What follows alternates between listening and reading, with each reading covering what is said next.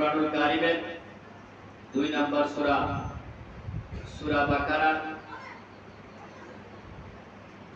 183 নম্বর আয়াত এবং 185 নম্বর আয়াতের অংশ তেলাওয়াত করেছি এবং আল্লাহ রাসূল সাল্লাল্লাহু আলাইহি সাল্লামের অগণিত অসংখ্য হাদিস থেকে দুইখানা হাদিস বুখারী শরীফের একটি হাদিস হচ্ছে বুখারী শরীফের 1975 নম্বর আয়াত 75 নম্বর হাদিস, আরেকটা হাদিস হচ্ছে 3277 নম্বর হাদিস। তো আল্লাহ তাআলা চাইতো এই আয়াত এবং হাদিসকে সামনে রেখেই মুক্তাসার কয়েকটি আলোচনা করব। ওমা তাওফীক ইল্লা বিল্লাহ। আল্লাহ পাক রব্বুল আলামিন উম্মতে মুহাম্মদীকে কত মহব্বত করেন দেখেন। আল্লাহ পাক যখন পৃথিবী সৃষ্টি করেন বলেছিলাম যে কোন দুইটা শব্দ দ্বারা আল্লাহ তাআলা কুল কায়নাত সব কিছু সৃষ্টি করছে, কিন্তু উম্মতে মুহাম্মদীর ব্যাপারে বলা হয়েছে যে শুধু কোন শব্দ দিয়া, বরং আল্লাহ তাআলার কুদরতি হাত তিনবার উম্মতে মুহাম্মদীর মধ্যে লাগাইছেন বলে আলহামদুলিল্লাহ। শেষবার যখন আল্লাহ পাক উম্মতে মুহাম্মদীকে বাছাই করে সমস্ত মানুষ থেকে আল্লাহ তাআলা কি করছে? বাছাই করছে, যে যত মানুষ আছে রূহের জগতে বাছাই করছে যে উম্মতে মুহাম্মদী শেষ নবীর উম্মত কারা কারা আলাদা করছে। সুবহানাল্লাহ বলতে বড় আদর কইরা বানাইছে। হ্যাঁ, দেখবেন যারে যে বেশি মহব্বত করে, হ্যাঁ, সন্তানকে যখন বাবা মহব্বত করে তখন সন্তানকে যদি স্কুলে বা মাদ্রাসায় যাওয়ার জন্য বলে, এর দুইটা সুরত থাকে। একটা হচ্ছে যে শাসনের সাথে, কঠোরতার সাথে, যাইবেন স্কুলে, না যাইলে এই যে লাঠিটা আছে বাইরিয়া পড়ায়াম, যাইবেন মাদ্রাসায়, না গেলে বাইরিয়া পড়ায়াম, ঠিক কিনা কর।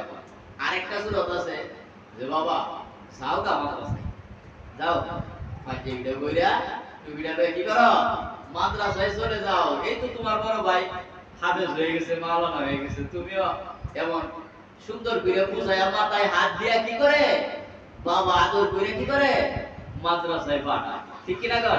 স্যারে বেশি মহব্বত করে আল্লাহ পাক রব্বুল আলামিন আমাকে আপনাকে উম্মতে মুহাম্মাদীকে এত বেশি মহব্বত করেন, যার কারণে আল্লাহ পাক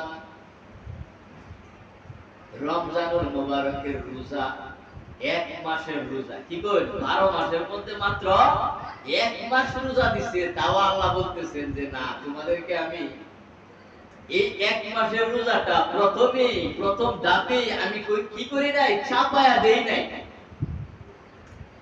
যাতে তোমাদের মধ্যে কঠিন হয়ে যায়, বরং আল্লাহ পাক 4 ধাপে উম্মতে মুহাম্মদীকে এই রমজানুল মুবারক দান করেছেন বলে আলহামদুলিল্লাহ।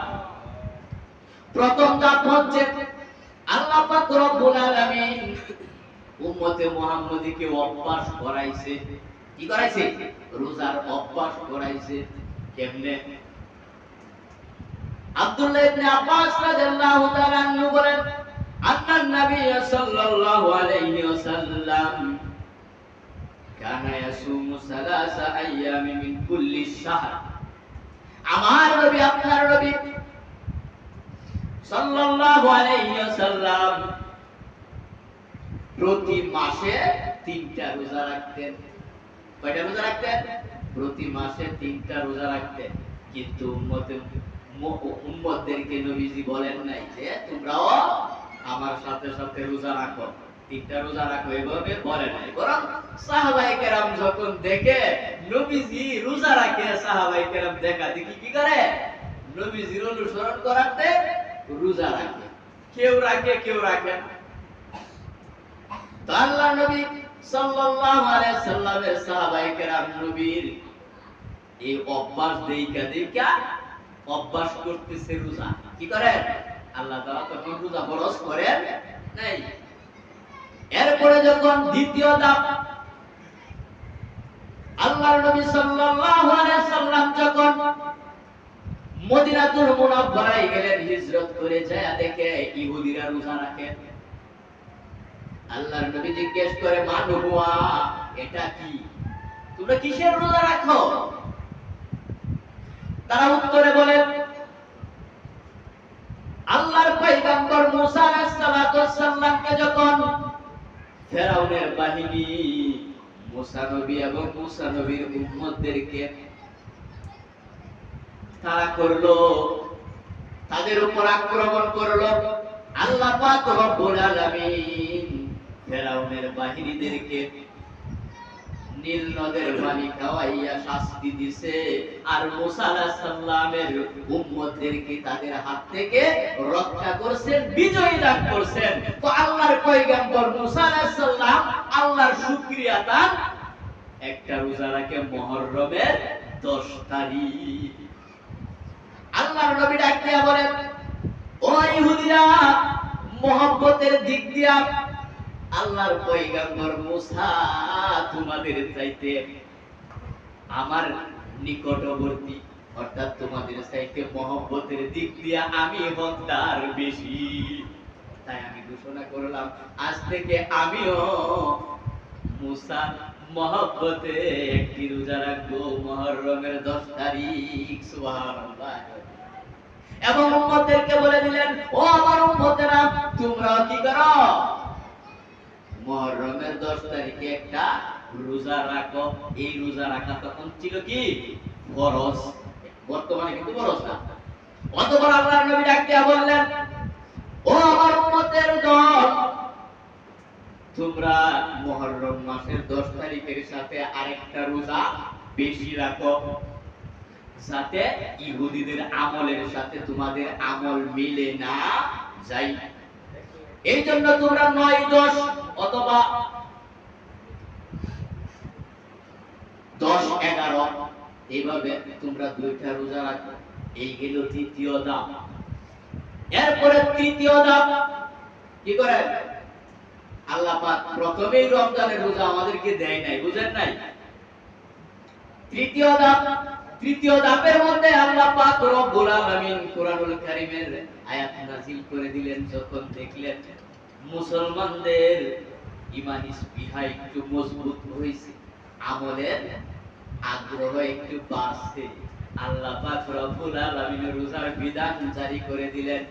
ইয়া আইয়ুহাল্লাযীনা আমানু কুতিবা আলাইকুমুস সিয়ামু কামা কুতিবা আলাল্লাযীনা মিন ক্বাবলিকুম লাআল্লাকুম তাত্তাকুন।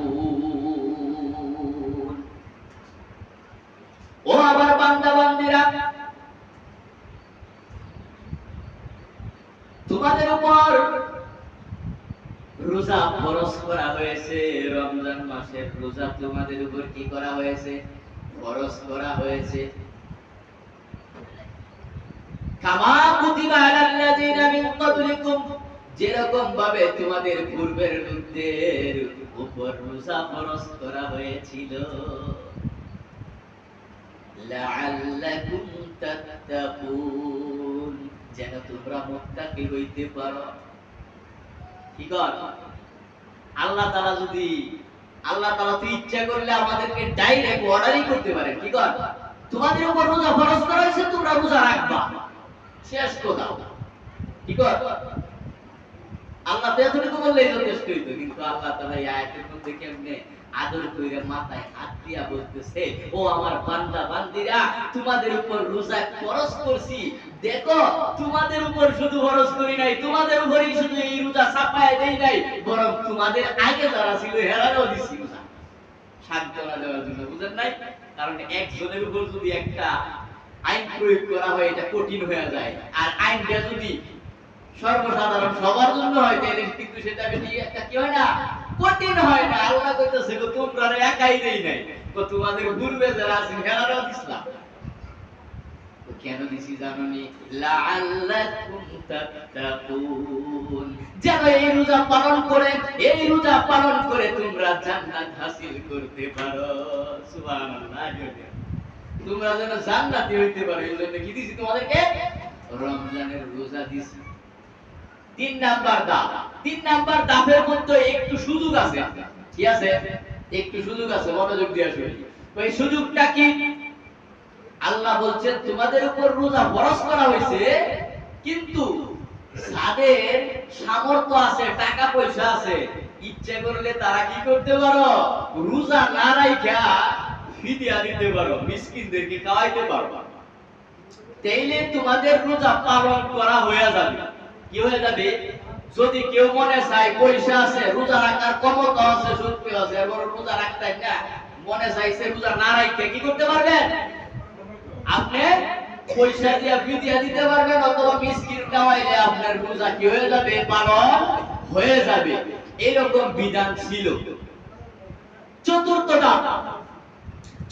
ধাপের মধ্যে আল্লাহ পাক রব্বুল আলামিন বলতেছেন, শাহরু রমাদানাল্লাযী উনজিলা ফীহিল কুরআন হুদাল লিন-নাস ফামান শাহিদা মিনকুমুশ শাহরা ফালইয়াসুমহু। চতুর্থ ধাপের মধ্যে আল্লাহ পাক রব্বুল আলামিন ডাক দিয়ে বলতেছেন, ও আমার বান্দা বান্দীরা শুনে রাখো, শাহরু রমাদানাল্লাযী উনজিলা ফীহিল কুরআন, আমি এই রমজান মাসের মধ্যে পবিত্র গ্রন্থ আমার কুরআনুল কারীম নাযিল করেছি হুদাল লিন-নাস, মানুষের হেদায়েতের জন্য। সুবহানাল্লাহ। ফামান শাহিদা মিনকুমুশ শাহরা, তোমাদের যাদের সামনে তোমরা যারা এই রমজান মাসকে পাও, তোমরা যারা এই মাসকে পাও, মানে এই রমজান মাসকে তোমরা যারা পাও, ফালিয়াসুমহু, তোমাদের রোজা রাখতেই হবে। সুবহানাল্লাহ। তখন আর আপনার এই ফিদিয়া দেওয়ার বা না রাখার আর সুযোগ নাই। এই আয়াত নাযিল হওয়ার পর, সূরা বাকারার 185 নম্বর আয়াত নাযিল হওয়ার পর 183 নম্বর আয়াতের হুকুম রহিত হয়ে গেছে, মানসুখ হয়ে গেছে। কিন্তু আয়াত মানসুখ হয় নাই, তেলাওয়াত মানসুখ হয় নাই, বরং এর হুকুম কি হয়ে গেছে? মানসুখ হয়ে গেছে। এর পরের আয়াত নাযিল হওয়ার কারণে যে তোমরা যখন এই মাস পাইবা তখন তোমরা রোজা রাখতেই হবে। এখন যদি কেউ মনে করে যে না, রোজা না রাখা সম্পদ আছে, আমি মিসকিন খাওয়াইলাম, ফিদিয়া দিয়ে দেব, কি হবে না? রোজা আদায় হবে না। বরং তুমি রমজান মাস পাইছো, তোমাকে রোজা রাখতেই হবে, না রাখার কোনো সুযোগ নেই, রোজা ভাঙার কোনো অবকাশ নেই, কোনো সুযোগ নেই। ও ভাই দোস্ত বুজুর্গ, এই রমজান মাস আল্লাহ আমাকে আপনাকে দিছে কেমনে? 60টা ধাপে। ঠিক কই? এখন আমাদের জন্য রোজা রাখা সহজ হয়ে গেছে না? সহজ। এখন এই রমজান মাসের কি দাম? এই রমজান মাস আসলেই আল্লাহর নবী সাল্লাল্লাহু আলাইহি ওয়াসাল্লাম বলেন, ইদা দাকালা রমাদান ফুতিহাত আবওয়াবুল জান্নাহ ওয়া গুল্লিকাত আবওয়াবু জাহান্নাম ওয়া সুলসিলাতিশ শায়াতিন। আল্লাহর নবী সাল্লাল্লাহু আলাইহি ওয়াসাল্লাম ডাক দিয়া বলেন, ও আমার উম্মতের দল শুনো, যখন রমজান মাস আসিয়া যায়, এই বরকতের মাস যখন আসিয়া যায়, ইজা দাখালা, যখন রমজান আয়াখালি ঢুকলো, সাথে সাথে আল্লাহ পাক রব্বুল আলামিন জান্নাতের 8টা দরজা তোমাদের জন্য খুলে দেন। এই রমজানে ইবাদত করবা তো জান্নাতের দরজা তোমার জন্য খোলা। সুবহানাল্লাহ বলতেন না?